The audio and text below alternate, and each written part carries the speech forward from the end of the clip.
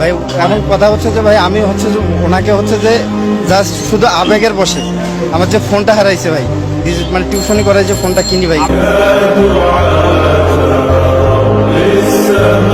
একটা কথা বলতে চাচ্ছি, সেটা হচ্ছে আবেগের বশে একটা মানুষকে আমরা এখনকার মানে আমাদের এমন একটা সিকোয়েন্স, এমন একটা নিয়ম হয়ে গেছে যে আবেগের বশে আমরা কাউকে মেরে ফেলতে পারি।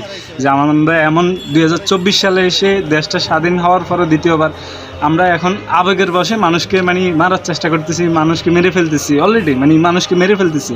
তো এই ভাইটার কথা অনুযায়ী বোঝা যাচ্ছে উনি মানে আবেগের বশে, যে একটা মানুষকে আবেগের বশে ফোনটা, ঠিক আছে একটা ফোন আমার হাতেও কিন্তু 20 থেকে 30 হাজার টাকার ফোন আছে, কিন্তু এই ফোনটা হারাই গেলে আমি উপযুক্ত প্রমাণ ছাড়া কাউকে আমি কখনো আমি আঙ্গুল তুলতে পারবো না, অথবা আমি তাকে ফিরতে পারবো না। ঠিক আছে, উনি আমাদের ক্যাম্পাসে আসছে, অথবা উনি আমাদের ক্যাম্পাসে দেখছি, আমরা চোর হিসাবে শনাক্ত করছি, কিন্তু বাট উনি যে চুরি করছে এরকম কোনো ইয়ে নাই।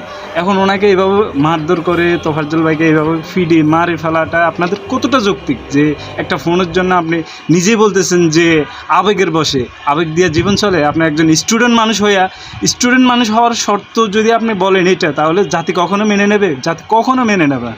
তো এই সবসময় একটা জিনিস চেষ্টা করবেন ভাই, আপনারা ক্যাম্পাসে কখনো মনে করো না রাজনৈতিক বিষয় অথবা রাজনৈতিক জিনিসটা উঠে ধরার কোনো প্রয়োজন নেই। কারণ ক্যাম্পাস হচ্ছে শিক্ষাঙ্গন, এইখানে আপনি সবসময় আপনার শিক্ষাটাকে তুলে ধরার চেষ্টা করবেন। কখনও রাজনীতি রাজনীতি ইস্যু এগুলো কখনো আনার চেষ্টা করবেন না, কারণ এগুলো আনলে কখনো আপনার শিক্ষার যেই মেরুটা এটা কখনো সামনের দিকে আগাতে পারবেন না। তো সবসময় চেষ্টা করবেন যে আপনাদের শিক্ষাটাকে সুন্দরভাবে চালানোর চেষ্টা করার জন্য।